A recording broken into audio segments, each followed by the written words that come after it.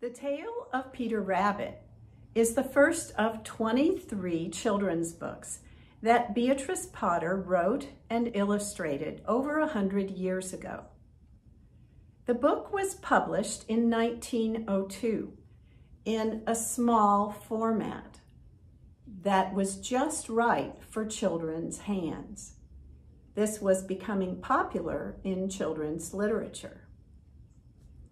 With delicate watercolors and loving conversational words, the stories are about the farmyard animals and the rescued wild creatures that Beatrice and her brother grew up with in Northwest England and Scotland. Here is the tale of Peter Rabbit.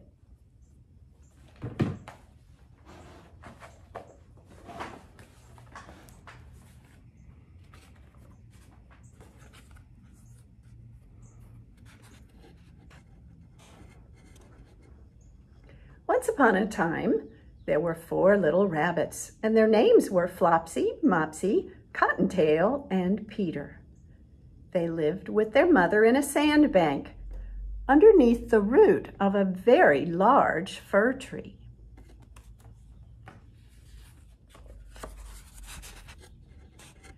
One morning, Mrs. Rabbit said, "I'm going out, my dears.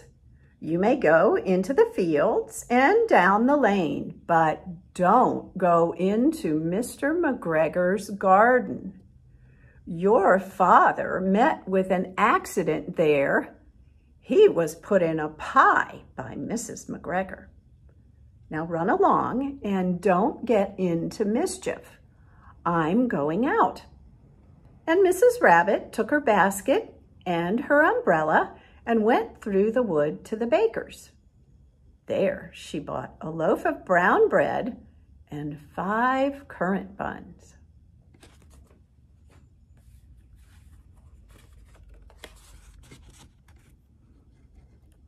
Flopsy, Mopsy, and Cottontail were good little bunnies, and they went down the lane to gather blackberries.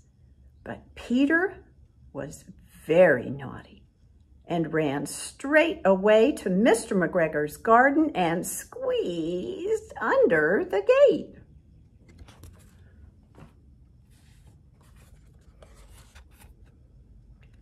First, he ate some lettuces and some French green beans.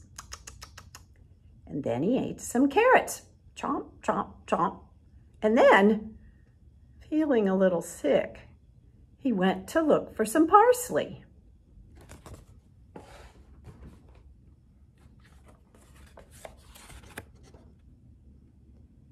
But round the end of a cucumber frame, who should he meet but Mr. McGregor? Mr. McGregor was on his hands and knees planting out young cabbages, but he jumped up and ran after Peter, waving a rake and calling, "Stop, thief!" Peter was most dreadfully frightened. He rushed all over the garden, for he had forgotten the way back to the gate.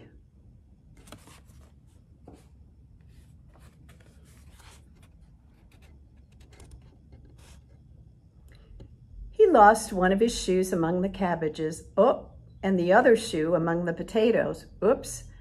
After losing them, he ran on 4 legs and went faster. So I think he might have gotten away altogether if he had not unfortunately run into a gooseberry net and got caught by the large buttons on his jacket. It was a blue jacket with brass buttons, quite new. Peter gave himself up for lost and shed big tears, but his sobs were overheard by some friendly sparrows, who flew to him in great excitement and implored him, "Exert yourself, Peter." Mr. McGregor came up with a sieve, which he intended to pop on the top of Peter. But Peter wriggled out just in time, leaving his jacket behind him.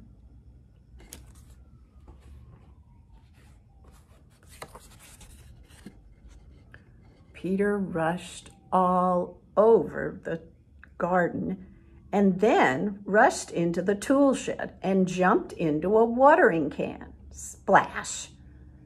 It would have been a beautiful thing to hide in if it had not had so much water in it.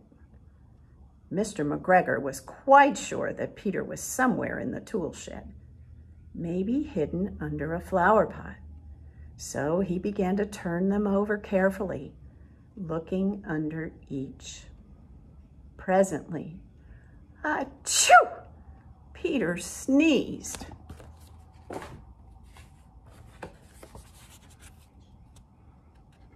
Well, Mr. McGregor was after him in no time and tried to put his foot on Peter.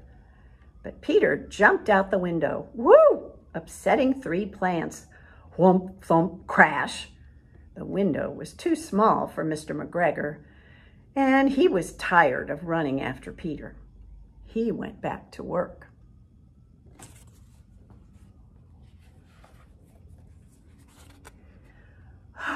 Peter sat down to rest.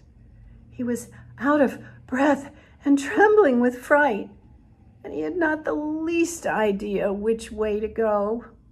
Also, he was very damp from sitting in that can.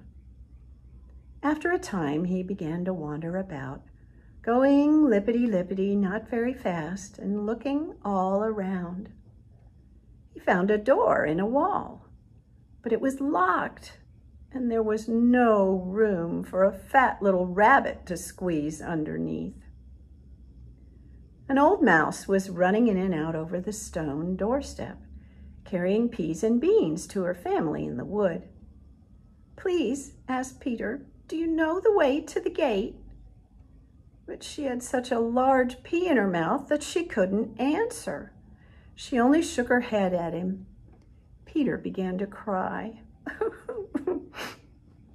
Then he tried to find his way straight across the garden, but he became more and more puzzled. Presently, he came to a pond where Mr. McGregor filled his watering cans.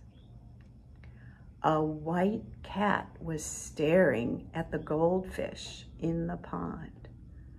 She sat very, very still, but now and then the tip of her tail twitched as if it were alive all by itself.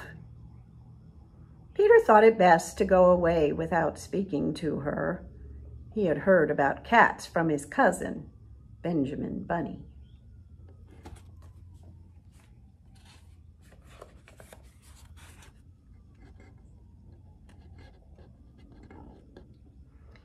Peter went back toward the tool shed, but suddenly, quite close to him, he heard scritch, scratch, scratch, scritch, the noise of a hoe. Peter scuttered under the bushes, but presently, as nothing happened, he came out and climbed onto a wheelbarrow and peeped over. The first thing he saw was Mr. McGregor hoeing onions, scratch, scritch, scritch. His back was turned to Peter, and beyond him was the gate. Peter got down very quietly off the wheelbarrow and started running as fast as he could go along a straight walk behind some black currant bushes.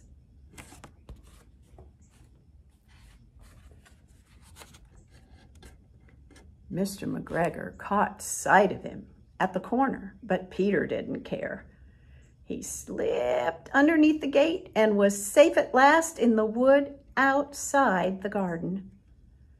Mr. McGregor found his little jacket and shoes, and later hung them up for a scarecrow to frighten the blackbirds. Peter never stopped running or looked behind him till he got home to the big fir tree.